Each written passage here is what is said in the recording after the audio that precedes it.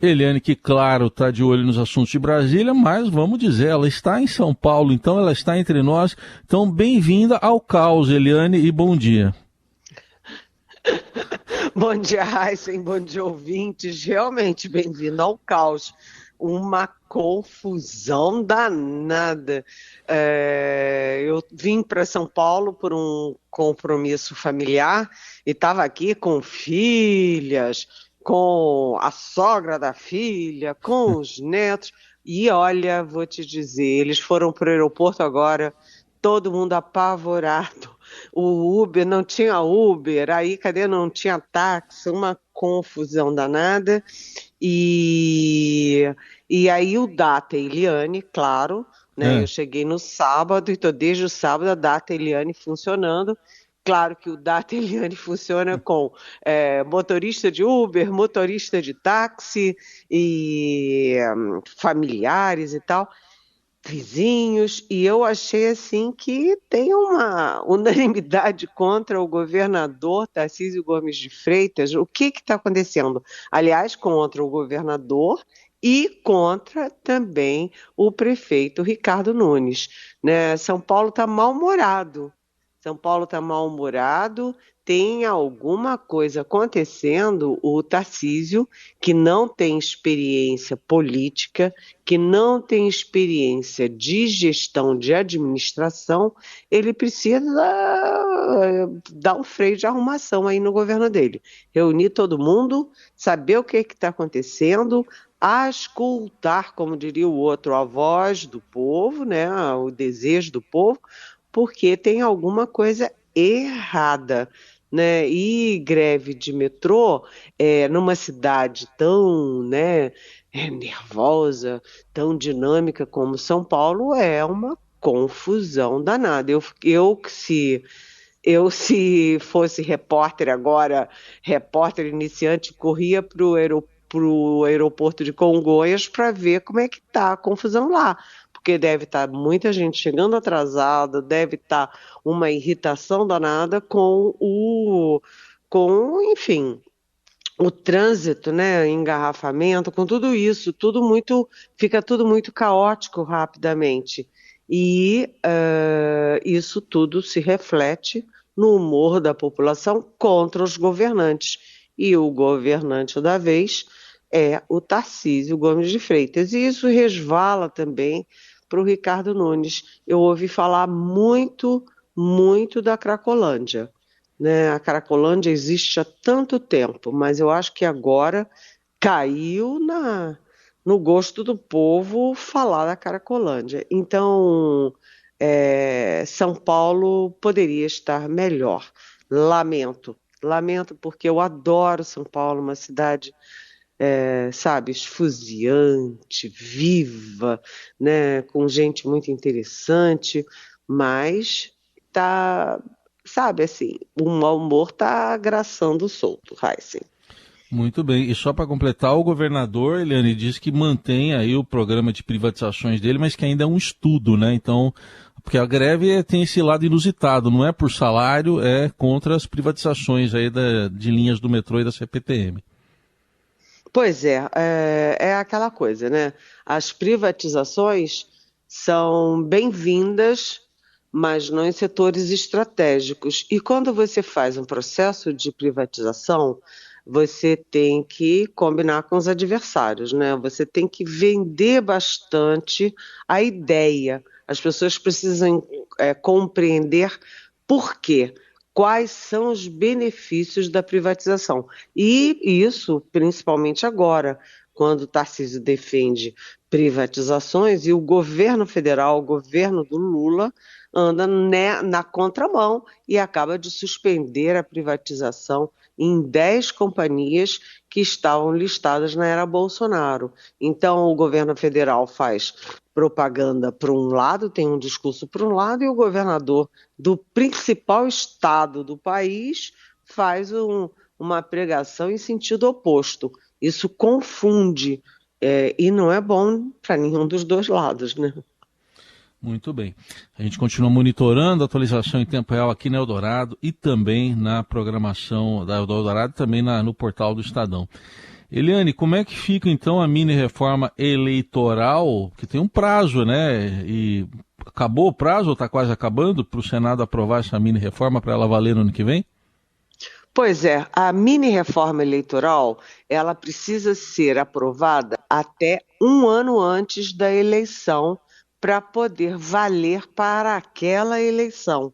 E o prazo, portanto, vence na sexta-feira, 6 de outubro, porque a eleição municipal de 2024 vai ser no 6 de outubro, né? E o que o Senado fez? O Senado lavou as mãos.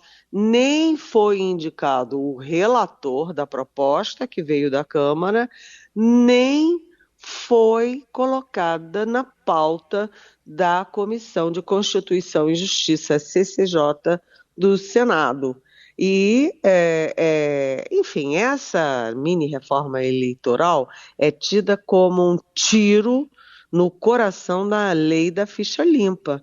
A lei da ficha limpa, que é aquela de 2012, né, que breca candidaturas de gente que já teve condenação em segunda instância, ou seja, por colegiados, que renunciou a mandato para fugir da cassação, que teve prestação de contas rejeitadas. Então, e aí é o seguinte, essa mini-reforma acaba com tudo isso e, sabe, assim, ficou uma sensação de que ou o Senado ouviu a voz do povo, eu acabei de falar, né, ouvir a voz do povo, porque a opinião pública está muito contra uma mini-reforma eleitoral que é legislar claramente em causa própria, né, ou tem alguma coisa ali fervendo entre Câmara e Senado. Bom, e tem mesmo então fervendo, né, Eliane? Porque, por exemplo, a Câmara não votou até agora a PEC da anistia. É isso que está pegando?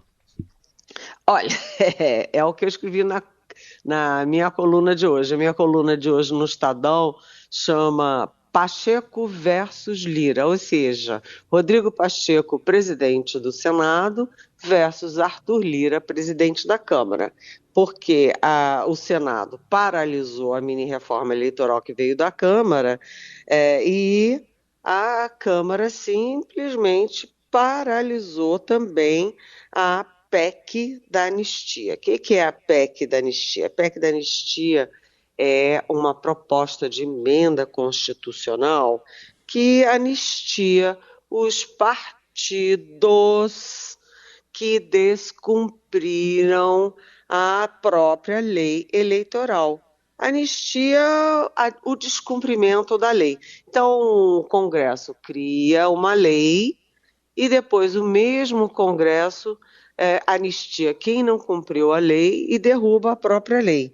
É uma anistia para os partidos que não cumpriram a cota mínima, né, o percentual mínimo de participação de negros e mulheres nas candidaturas, que não cumpriram a regra, né, o percentual mínimo de propaganda gratuita na TV, de financiamento de campanha previsto na lei e que agora descumpriram a cota das mulheres, então deixa para lá, finge que não existia lei nenhuma, né? Então essa PEC da anistia acaba com a possibilidade de multas, né? Acaba com a suspensão do fundo partidário para o partido infrator e também não exige a devolução dos valores, né? Além de tudo, tem um outro caco nessa história que é o seguinte: eles reabrem a possibilidade de financiamento privado de empresas para que os partidos que possam pagar as suas dívidas de campanha até das campanhas que foram feitas até 2015, quando foi criada essa lei. Ou seja, gente, o Senado e a Câmara tentando legislar em causa própria, acabando com as punições a quem é infrator, né? E, ao mesmo tempo, o Senado barra o projeto da Câmara e a Câmara barra o projeto do Senado. Esquisito, né? E o interessante disso é que o PL do Jair Bolsonaro e o PT do Lula da Silva apoiam essas coisas. Quer dizer, não é uma questão ideológica, é uma questão de interesses partidários e interesses dos próprios políticos. Análise política com Eliane Cantanhede. Eliane, agora o seu olhar para esse plano aí que o governo anunciou de 900 milhões de reais para a segurança pública e também com ações específicas para o Rio e para a Bahia. Pois esse plano que foi anunciado pelo Estadão, né, prevê 900 milhões. O Dino, como eu tenho falado aqui na Rádio Eldorado, se encontrou o ministro da Justiça, Flávio Dino, que está quase com o pé no Supremo Tribunal Federal. Ele estava sendo muito acossado ali por críticas do próprio PT, o tal do fogo amigo.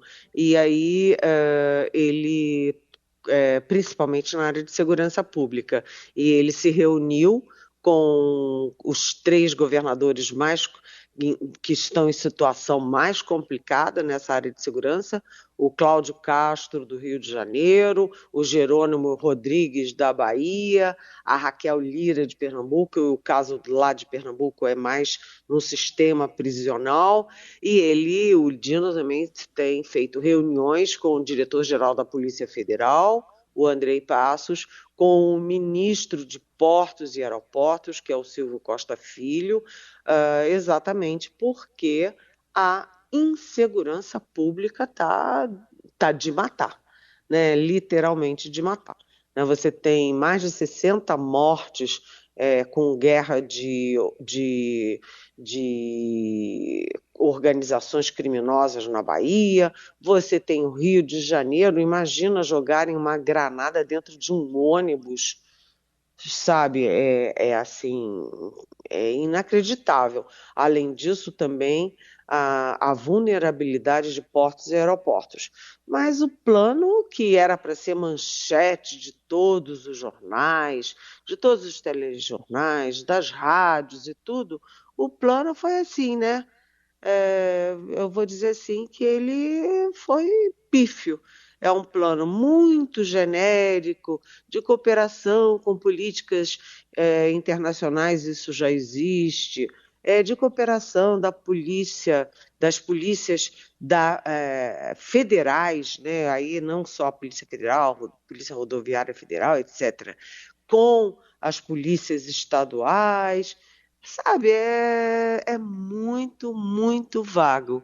Para uma crise do tamanho que a gente está vendo, a expectativa era de um plano mais consistente, mais detalhado, inclusive com algumas propostas de mudanças na lei, para permitir mais entrada, mais participação do governo federal, que sempre alega isso. Isso é uma questão estadual, isso é uma questão estadual. E, enfim, foi um plano feito às pressas e dá a sensação de que foi só uma resposta de marketing para as críticas feitas ao ministro da Justiça.